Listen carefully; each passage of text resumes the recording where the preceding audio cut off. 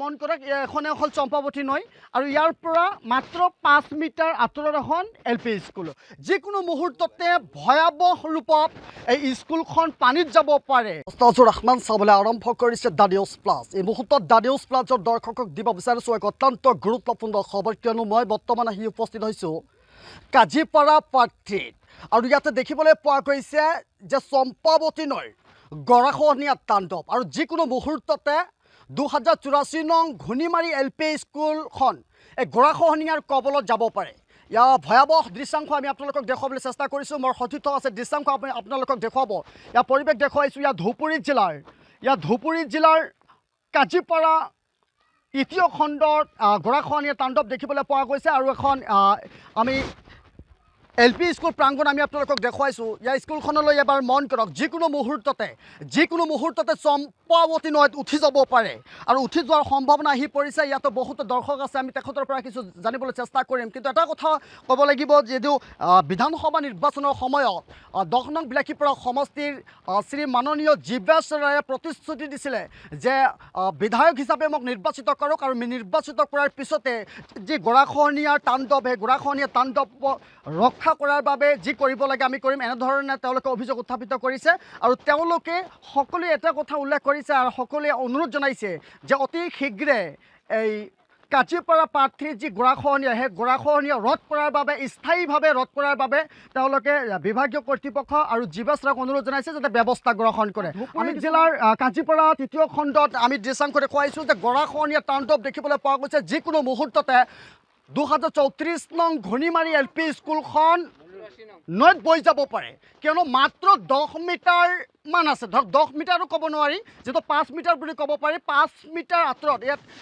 মন কৰক এখনে হ'ল চম্পাৱতী নৈ আৰু ইয়াৰ পৰা মাত্ৰ 5 মিটাৰ আঁতৰত এখন LP স্কুল যিকোনো মুহূৰ্ততে ভয়াৱহ ৰূপত এই স্কুলখন পানীত যাব পাৰে তাৰ বিপৰীতে আমি বৰ্তমান আহি ইয়াতে উপস্থিত হৈছোঁ আৰু কিছু স্থানীয় ৰাইজ আছে তেখেতৰ পৰা আচলতে জানিবলৈ চেষ্টা কৰিম আচলতে কিমান দিনৰ পৰা এই গৰাখহনীয়া তাণ্ডৱ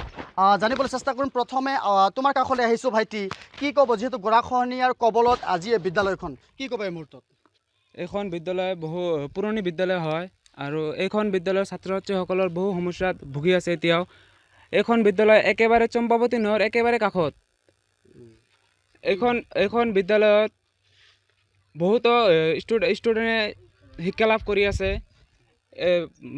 10 নং বিলাসীপাৰা সমষ্টিৰ মাননীয় শ্ৰীযুত জীৱেশ ৰায় ছাৰে নিৰ্বাচনৰ আগত প্ৰতিশ্ৰুতি দিছিল যে নিৰ্বাচনৰ ৰিজাল্টৰ পিছত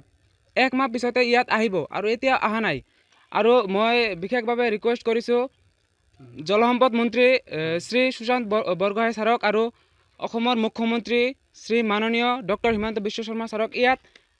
জিঅ' বেগৰ ব্যৱস্থা কৰিব লাগে আৰু নদীখন অতি সোনকালে নদীখনত জিঅ' বেগ দি নদী গৰাখহনীয়া বাধা দিবলৈ মই ৰিকুৱেষ্ট কৰিছোঁ এই ঠাইখনৰ নাম হৈছে কাজিপাৰা প্ৰাৰ্থীৰ ধুবুৰী ডিষ্ট্ৰিক্ট ফলত আজি LP স্কুল প্ৰাংগণৰ কাষত আহি পাইছে চম্পাৱতী নৈ আৰু যিকোনো মুহূৰ্ততে বিদ্যালয়খন অৰ্থাৎ LP স্কুলখন নদীত জাহ যোৱাৰ সম্ভাৱনা আছে মাত্ৰ 5 মিটাৰমান আঁতৰতে আছে আৰু কিছু জানিবলৈ চেষ্টা কৰিম যিহেতু কি ক'ব এই মুহূৰ্তত যিহেতু আপোনালোকে নদীখন ভাঙি আছে ঠাইখনৰ নাম হ'ল ঘূৰ্ণিমাৰী ঘূৰ্ণিমাৰী কয় কাজিপাৰা প্ৰাৰ্থী হয় আচ্ছা কিমান দিনৰ পৰা ভাঙি আছে বহুত দিনৰ পৰা ভাঙি আছে আৰু কি বহুত নদীত গৈছে আৰু বহুত এইফালে আছিল আৰু বহুত নদীত গৈছে মাটি ভাঙি স্কুলৰ কাষত আহিছে এতিয়া কি ক'ব বিচাৰে জীৱেশ দাক অনুৰোধ জনা হ'ল তাতে কাম কৰিব লাগে নদীখন বান্ধ দিব লাগে বান্ধ দিলে মানে ৰক্ষা হ'ব আৰু কি কাম কৰিলে ৰক্ষা হ'ব জীৱেশ ৰায় যদি কৰে মাননীয় জীৱেশ ৰায় যদি কামটো কৰে তাহলে ৰক্ষা হ'ব দাদা নদীখন মানে ভাঙি আছে কি ক'ব কোৱাৰ মধ্যে একটাই যে